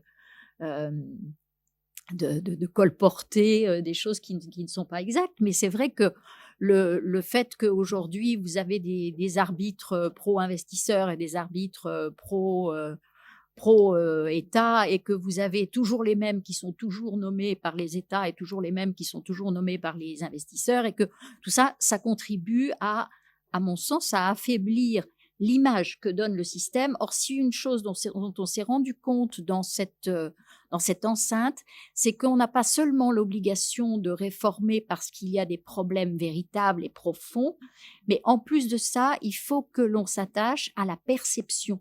Et la perception aujourd'hui du système de l'arbitrage d'investissement est très mauvaise. Donc c'est ça qu'il faut qu'on arrive à corriger si on veut que le système puisse perdurer. Et comme j'espère, je vous l'ai montré, l'idée n'est pas de balancer tout ça par la fenêtre, mais au contraire de dire il y a des choses qui sont bonnes, sur lesquelles il faut construire, qu'on puisse améliorer et qu'on puisse également faire fonctionner. Voilà, je ne sais pas si je vous convainc, mais voilà. J'ai pas besoin. C'était une question ouverte et je vais passer la parole à nos. Oui, je vais donner aussi mon opinion là-dessus, mais concernant cette fois-ci les institutions qui sont, comment dirais-je, régionales ou internationales comme les nôtres. En fait, quand nous parlons de l'équilibre qui doit être là entre investisseurs et État, nous nous sommes rendus compte que la plupart des fois qu'on a eu à proposer des listes d'arbitres, nous nous sommes rendus compte que les partis qui viennent de l'Europe, généralement, je le dis parce que c'est des cas que nous avons, ils ont aussi, en quelque sorte, un préjugé concernant les arbitres d'Afrique. Ils ont ces préjugés-là et ça se remarque sur deux aspects. D'un côté, on va vous dire, nous, on veut que vous nous présentiez une liste neutre et on semble aussi nous imposer. On vous dit, nous voulons des gens qui viennent soit des États-Unis, soit de l'Europe. Quand vous donnez, par exemple, 4 noms, quand vous mettez un Africain dedans ou des Africains, ils vont ranger tout le monde. Ils vont donner la liste de préférences, mais ils laissent les Africains dedans. Donc, ils ne mettent pas leur nom. Donc, vous donnez 4 noms, vous dites, donne-nous numéro 1, numéro 2, numéro 3, numéro 4. On vous dit numéro 1, par exemple, qui vient des États-Unis, numéro 2 qui vient de l'Allemagne. Si vous avez un Nigérien dedans, on ne range pas, sans classer, non classé. On se demande pourquoi, c'est un problème. L'autre aspect aussi qui caractérise cet aspect-là, des fois même, l'arbitre le co-arbitre qui est proposé, il fait pression pour qu'il n'y ait pas d'Africains aussi. Vous avez un email, comment dirais-je, inbox qui vous dit, voilà, on m'a proposé comme arbitre de cette partie, please, ou s'il vous plaît, ne mettez pas un arbitre africain parce que justement, il y a un problème. Donc, quand vous voyez des comportements pareils, vous dites qu'il n'y a pas équilibre. Vous savez, il y a une association qui a été créée récemment. Ça fait 2 ans qu'elle existe. L'association pour l'arbitrage en Afrique, African Arbitration Association. Son but, c'est de promouvoir aussi ou à faire ce que j'appellerais advocacy pour les Africains aussi, qu'ils soient aussi, comment dirais-je, nommés comme arbitres. On ne veut pas nommer un Africain parce que justement il est africain, parce que juste par la couleur de sa peau, mais si l'Africain est compétent, il ne doit pas être aussi discriminé. Donc, ces préjugés-là, donc s'il faut résoudre des problèmes, il faut 2 poids et 2 mesures. Il faut voir aussi du côté, comment dirais-je, des multinationales qui veulent imposer.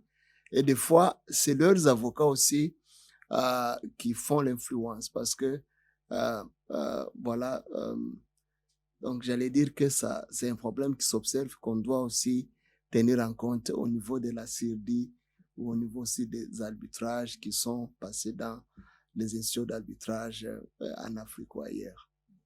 Oui, on a évoqué ce sujet ce matin. Merci beaucoup. Est-ce qu'il y a des questions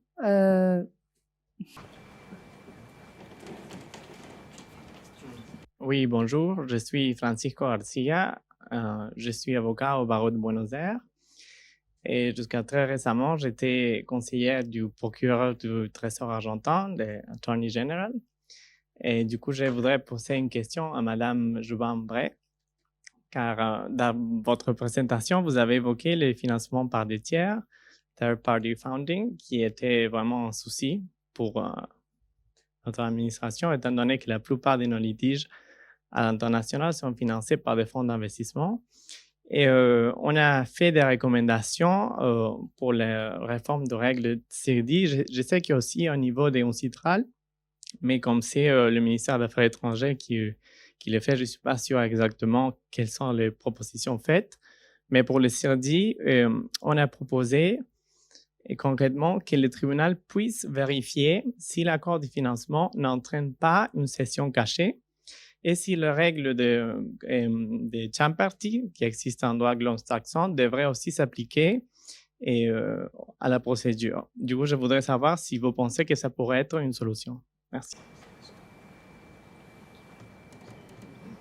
Merci beaucoup. Oui, c'est effectivement donc le sujet. Les États ont décidé, ou le groupe de travail, je vais dire, parce qu'il n'y a pas que les États dans le groupe de travail, mais le groupe de travail a décidé qu'il allait se pencher sur une réglementation du financement par les tiers.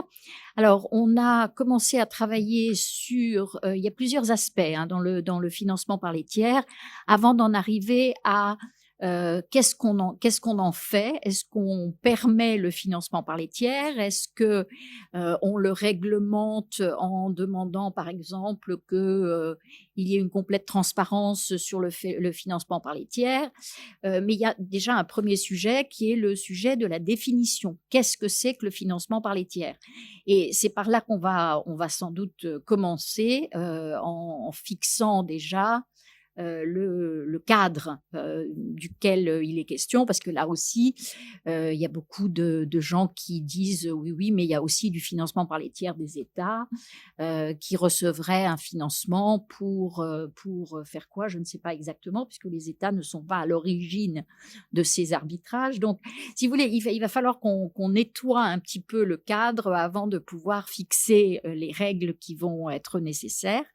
D'autre part, donc il y a des États qui nous ont demandé à ce que ce financement par les tiers fasse l'objet d'une complète, d'un complet prohibition, enfin comment on dit, une complète interdiction.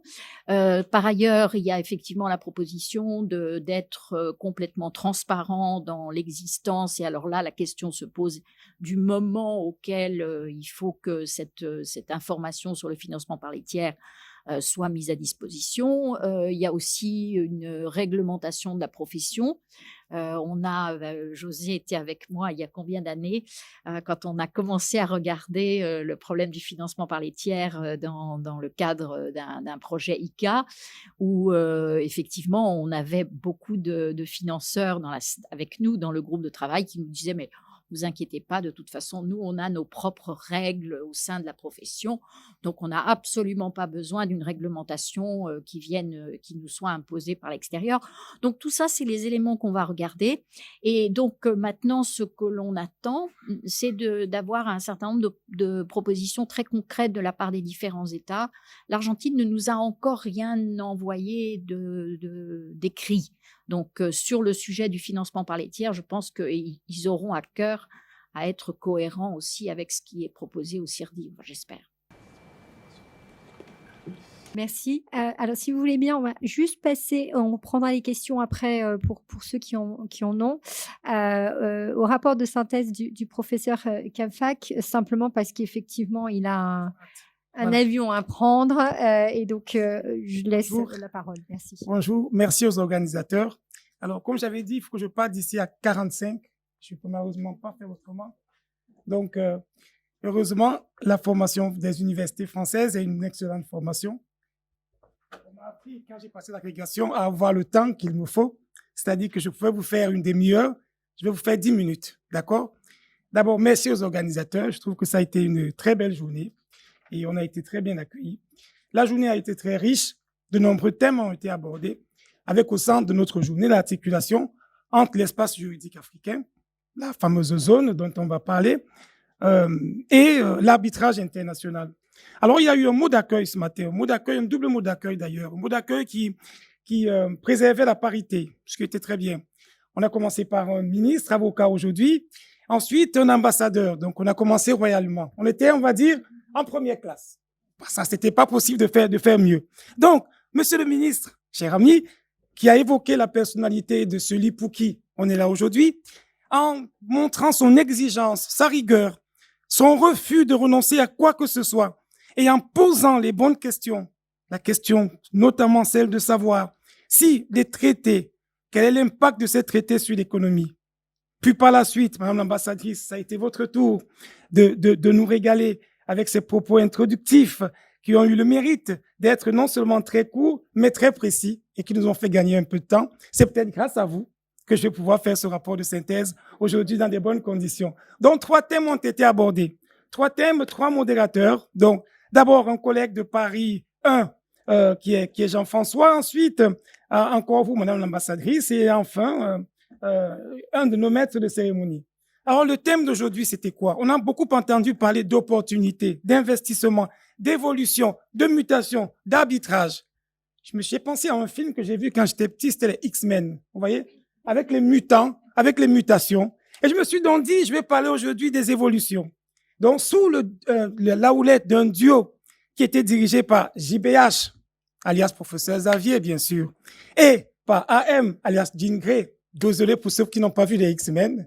Professeur Xavier, c'est le professeur de l'école, et Jean Grey, c'est la plus forte des X-Men. C'était le duo qui nous a accueillis. Donc, 2 parties, 2 évolutions. D'abord, l'évolution des investissements en Afrique. Ensuite, on verra les évolutions de l'arbitrage international en Afrique et dans le monde. Si j'avais eu le temps, je vous aurais exposé mes 2 premières idées. C'est-à-dire que pour que les investissements évoluent en Afrique comme il faut, 2 défis sont majeurs. Le premier défi, c'est les challenges de ces investissements. Mais pour avoir des challenges, des bons, il faut des challengers. C'était ma première division. Donc d'abord, le challenge des investissements avec un challenge fondamental traduit par 3 idées. Une première idée qui a été au centre de l'actualité, qui a été l'articulation entre l'arbitrage d'investissement et la zone de libre-échange continentale africaine. Bon, s'il y en a un qui n'a pas compris que cette zone-là, c'est la zone star en Afrique aujourd'hui, c'est la zone d'avenir, celui-là, il n'a pas fait passer la journée avec nous parce qu'on en a beaucoup parlé.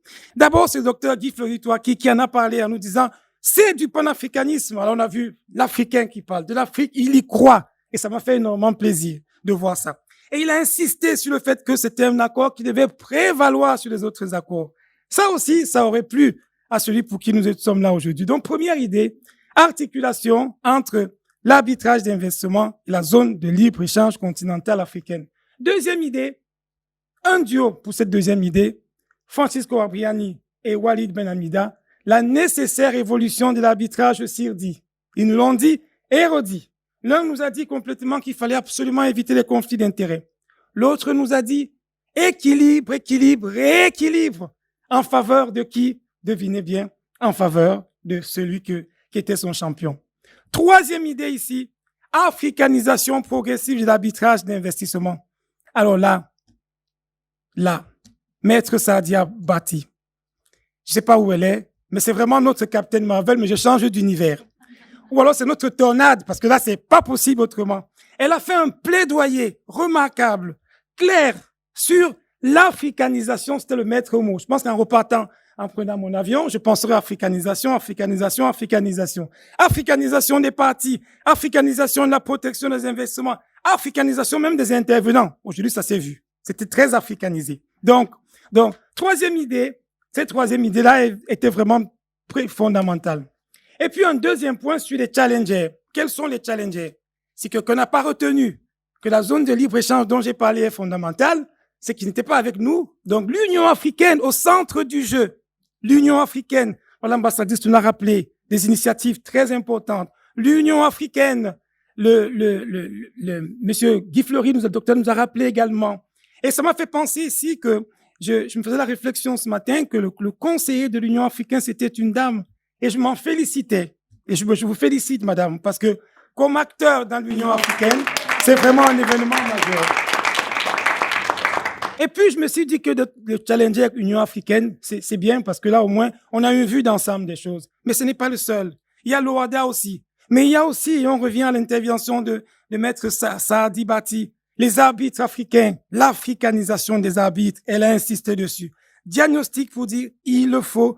Dans le même sens, de nombreux intervenants, il y avait une certaine unanimité. Donc, des challengers assez importants. Mais parmi ces challengers, on nous l'a dit encore, les autorités de nomination dans la sélection des arbitres.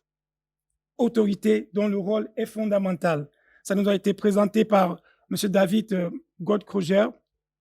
Et parmi également les challengers, ces autorités-là ont été énormément relevées. Peut-être a-t-on pas insisté sur un challenger qui est l'investisseur, mais ça, c'est pas le plus grave. Ma deuxième partie sont les évolutions de l'arbitrage international et en Afrique. Avec ici également de nombreuses mutations qui ont été évoquées par l'équipe. Avec d'une part ces mutations-là et d'autre part, bien sûr, les mutants, parce qu'il ne faut pas de mutation sans mutants. Et quels sont ces facteurs de mutation? L'influence des droits de l'homme. Le maître de cérémonie nous a dit que désormais, il faudra tenir compte des droits de l'homme. L'influence des changements climatiques. J'avoue que je n'avais jamais pensé à l'influence entre les facteurs climatiques et l'arbitrage. Sans doute ma culture juridique n'est pas aussi élevée que ça. Je n'y avais jamais pensé. Et puis de nombreuses autres influences, dont l'influence climatique, nombreuses autres influences, parmi lesquelles l'influence des transformations des investisseurs internationaux. Vous nous avez parlé, chère madame, de la CNUTSI et de ses multiples réformes, acteur fondamental de l'arbitrage international. Vous nous avez parlé également des réformes qui ont lieu et vous avez incité les uns et les autres, à juste titre d'ailleurs, à proposer des choses et puis à aller au bout de leur logique. Et ça, j'ai trouvé ça très intéressant. Puis on nous a parlé également de l'expérience égyptienne. Et ça, c'est le docteur Dalia, permettez-moi de vous appeler par votre prénom, qui a développé non seulement l'expérience égyptienne, mais aussi celle du CRCK, qui, en tant que directrice adjointe, vous le connaissez bien.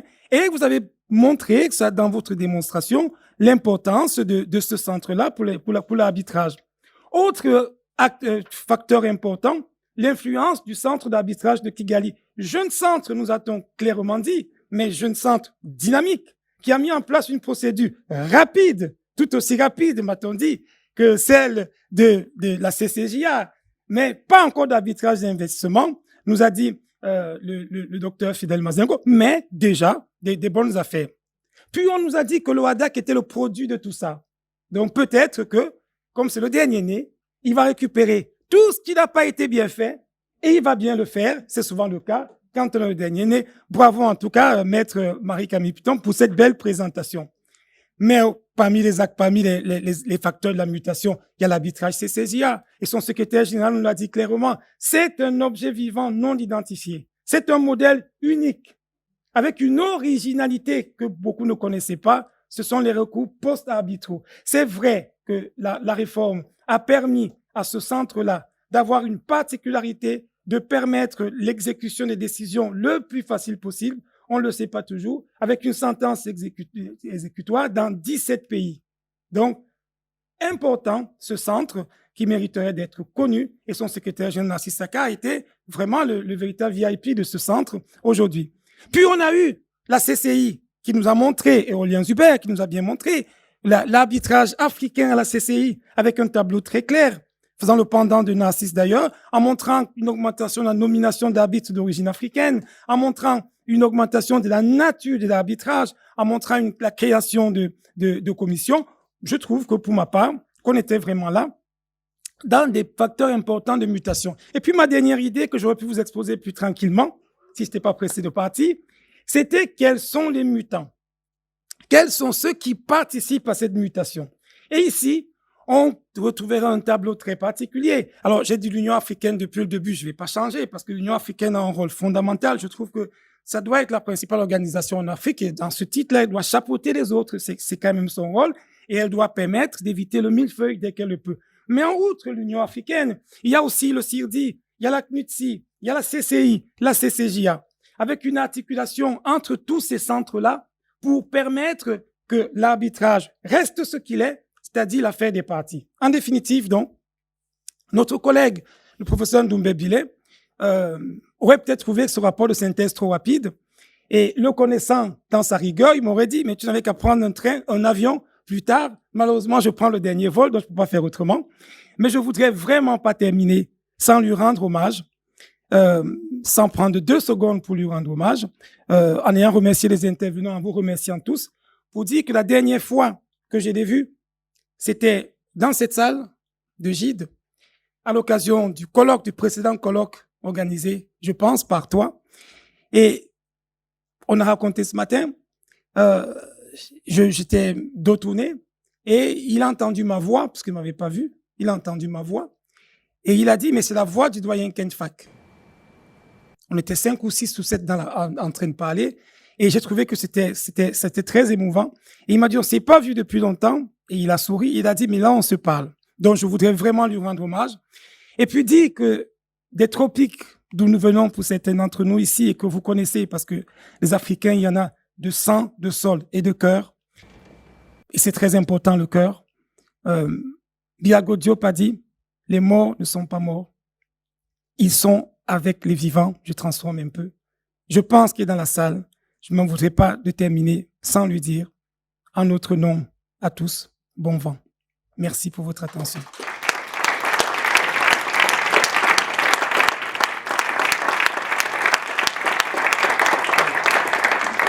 Merci. Reste pour moi à remercier l'ensemble des intervenants. Merci beaucoup pour la qualité de vos interventions, pour le temps que vous avez passé, pour être venus jusqu'à nous. Et merci également à tous les participants d'être venus. Ça a été un plaisir de vous accueillir. J'espère que vous avez eu beaucoup de plaisir, en tout cas comme moi, à écouter l'ensemble de nos intervenants aujourd'hui. Merci beaucoup.